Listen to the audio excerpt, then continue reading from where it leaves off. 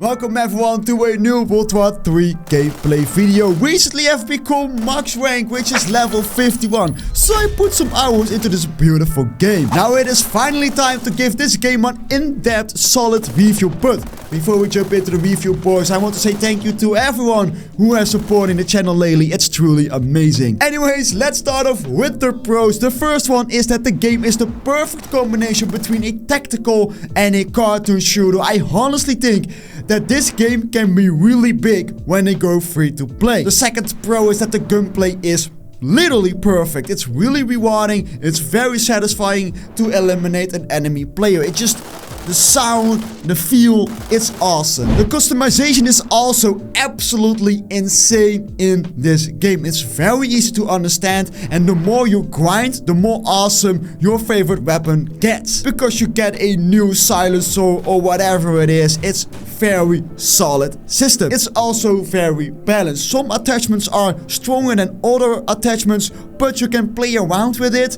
Not like a specific attachment is really busted, so that makes it very pleasant to play around with your favorite setup. The maps in World War 3 are beautiful. Even though they don't collapse like the Battlefield maps, they are still very nicely designed, and they also feel balanced with objectives, spawns, etc. Except for Warsaw though, I personally think that map needs some work. It feels like you're just running around in circles, and that map is just too big, I think. Maybe they have to reduce it in size, but other than that, the maps feel good, solid, and they are very pleasant to the eye. So with that being said, the pros, it's a very beautiful game. It's a solid game. I really enjoy playing it. I highly suggest you buy the game or wait for the free to play and then play the game. It's a solid game, and like I said, this game can be the next big thing, boys. Now we are going over to the cons. I have a few cons, so sit back, listen carefully, boys. Connection problems is the first one.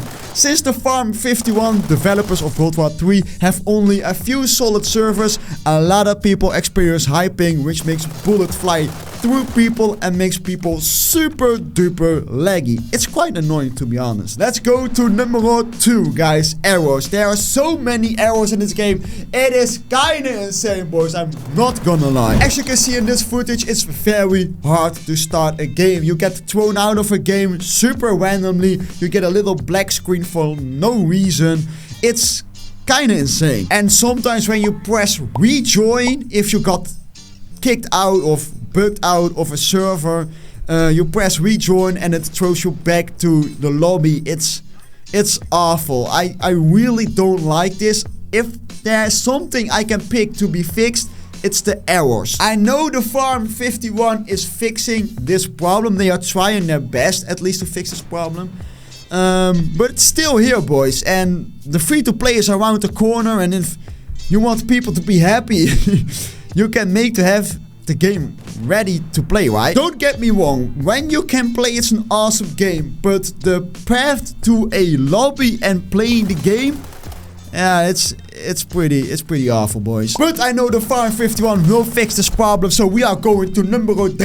Tanks are too strong if you're playing by yourself. Every tank deals a lot of damage to infantry, and I know it's a realistic shooter, so the TTK should indeed be not that long. However, one tank can dominate an entire match, and that shouldn't be the case in my opinion. But if you're playing in a squad and your boys are on Discord or whatever, you can easily destroy every tank you see with an RPG. So yeah, it's kind of hard to balance this thing. I know. Maybe we should reduce the damage on tanks. I am not quite sure, but we are going to number 4.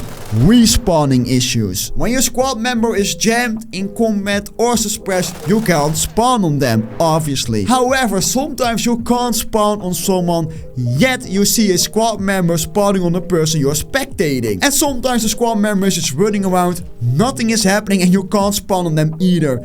It's quite frustrating, to be honest. Please, the Farm 51, fix this as well. Thank you, boys. Number 5. Movement can be really awkward sometimes. Especially with jumping through windows and over objects. It feels how shall I say it? It feels kinda clunky. Running in a straight line though and leaning corners feels very solid, very nice, very rewarding. That's perfect, don't touch it. Number 6, the last point, is the sound. Yes, the sound, boys. This is a topic people talk about a lot of times, and I agree with them because the sound is not that good. Sometimes tanks and enemy footsteps are extremely silent and your teammate footsteps are super loud. This can be kinda confusing, but I know the Farm 51 is also working on that one, so that is very nice. However, I would like to see some updates about this specific topic. With that being said, boys, that was my in-depth, very fast review with hitting level 51, boys. If you want to see more of World War 3 the game, make sure you subscribe. That would be awesome. We are very close to 600 subscribers. Let's go, boys. But for now, I thank you for watching and I'll see you on the next iRelax video, boys. Bye bye.